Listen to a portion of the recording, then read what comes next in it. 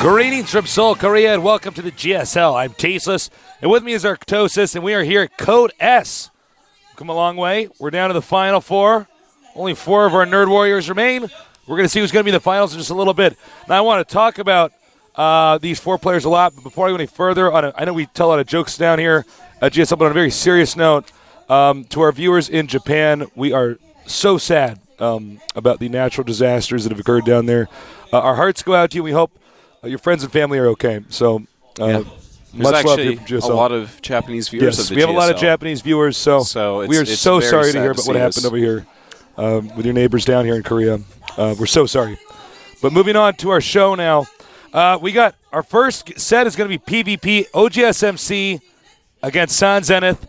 This is first player, most predictable to be in round of 4. Second player, no one thought this guy would ever make round of 4.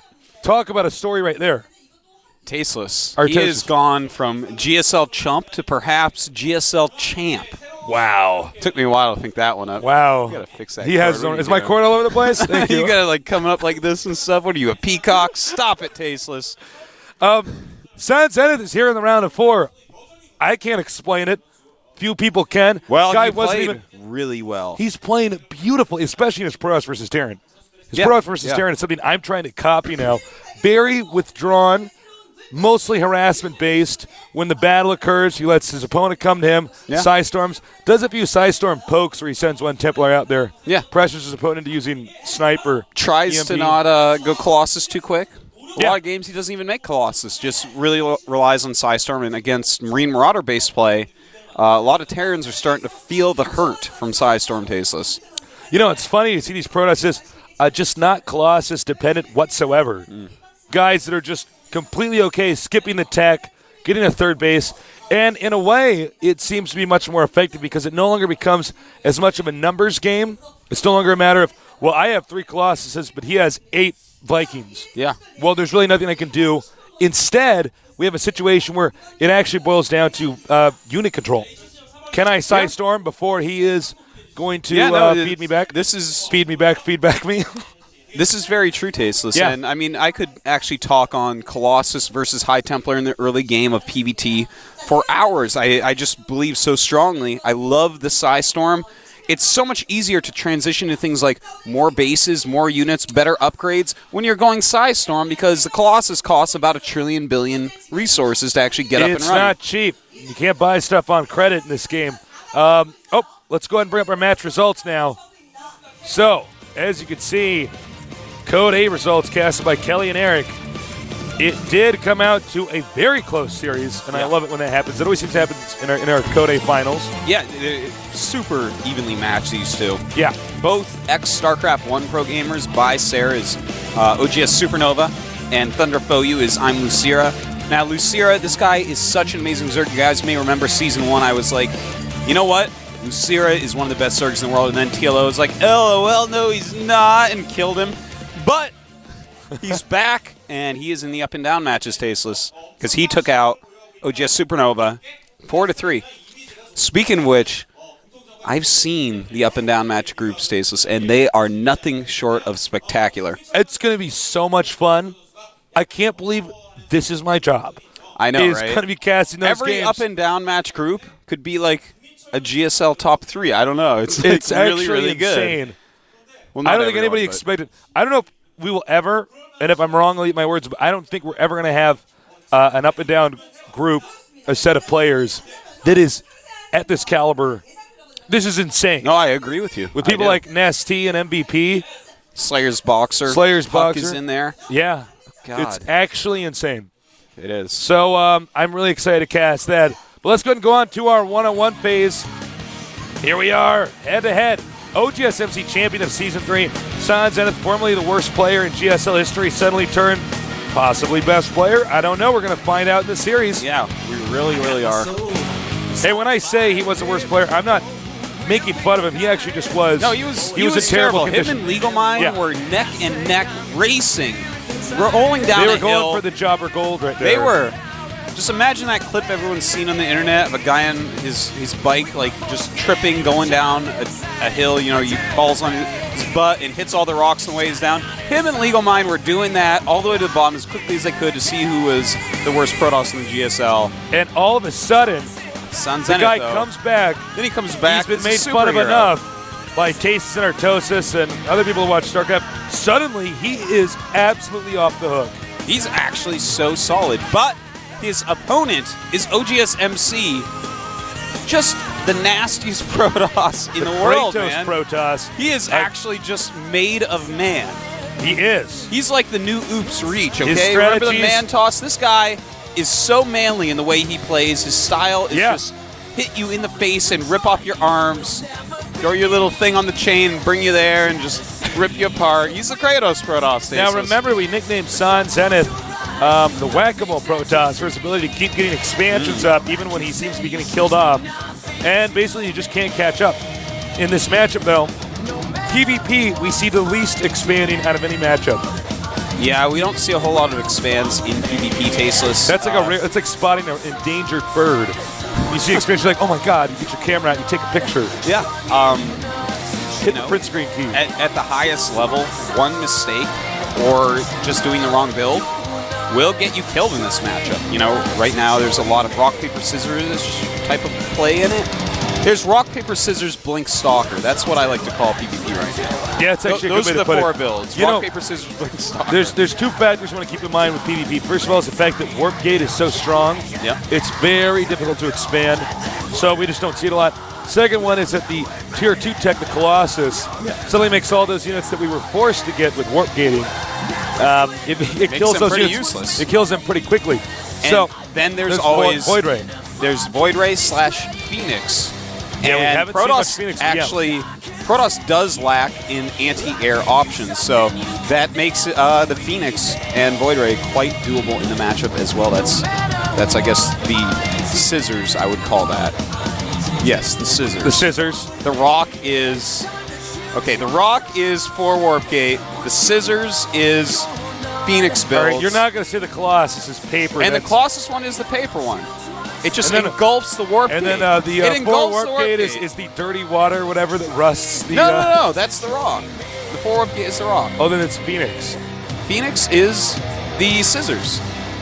Because the 4 Warp Gate just is like, oh, Phoenix is LOL, I make a Nexus. Ah. It just bashes it. And then, of course, there's Blink Stalker, which is on the side and technically can beat any build if they make a mistake. Well, that build's just so micro-based. It's a funny build, Tasteless. You know, to be totally honest, funny build. I haven't messed with Blink Stalkers in PvP. I don't mess with them either. Because I'm like, well, I'm not touching that, man.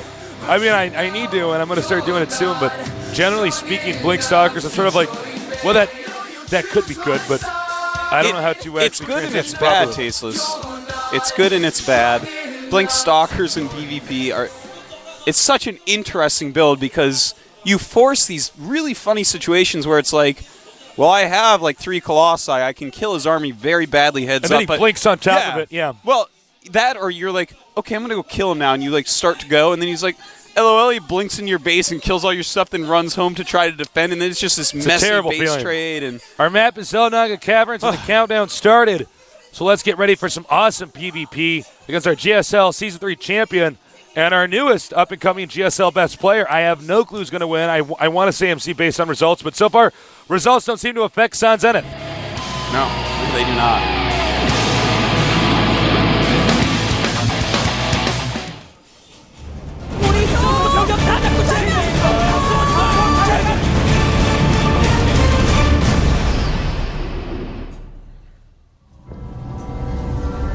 Down here in the bottom left on our one-on-one map, the Kratos Protoss. OGS MC.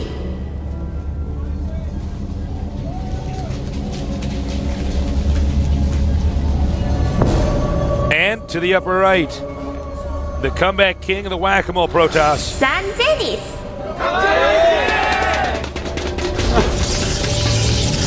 There he is.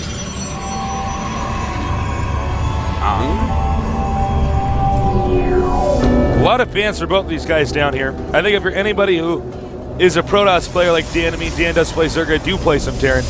But I mean, anybody whose main race is Protoss right now, you got a lot of respect for MC because you've probably been copying all of his builds.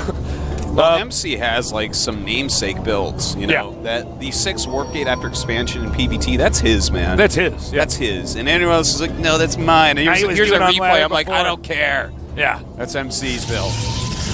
But San Zenith has got his own style, but he's only exhibited that style successfully in PvT. Oh, and tasteless! PvC.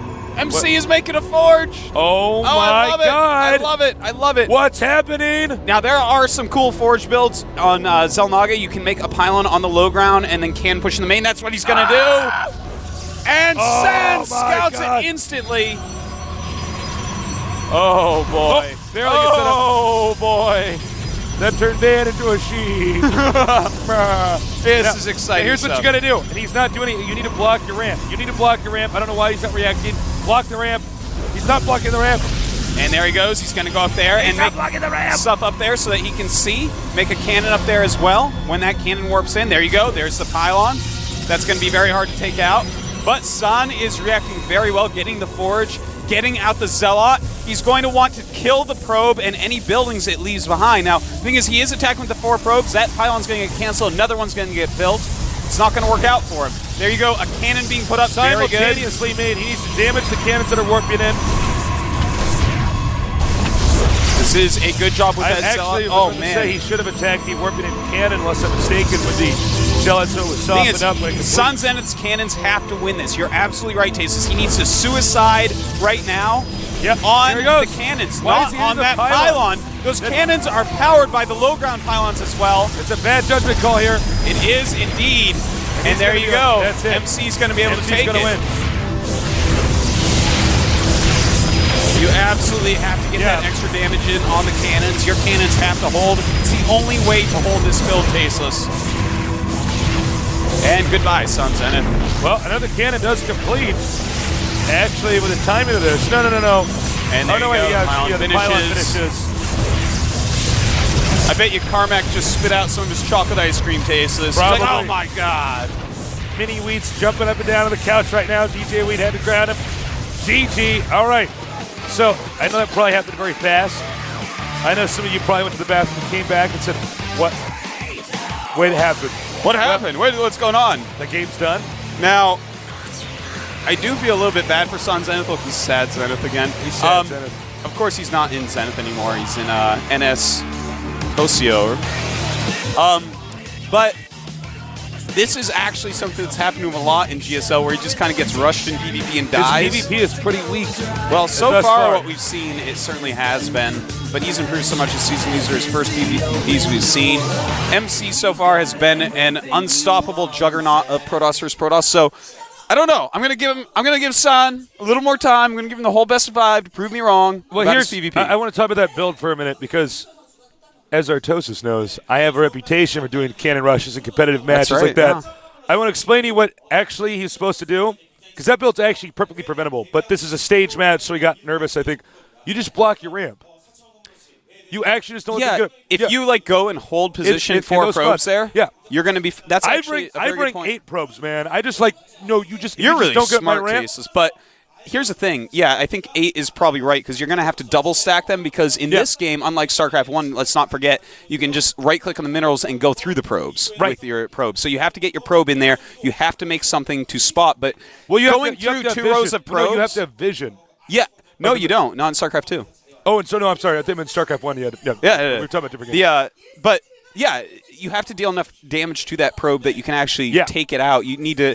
That's quite smart. Because the way I've been stopping that is either chrono boosting a stalker and really using good micro, or targeting cannons. Yeah. And it's a tricky build to actually stop. MC's timing on it was really. Well, what really happens good. is San even scouted it, man. He was like, the rush happens so fast. You're like, I'm getting cannon rushed on TV. You need to block your ramp. If he does get up, there was another thing he could have done to stop it. He had a Zealot attacking the pylon.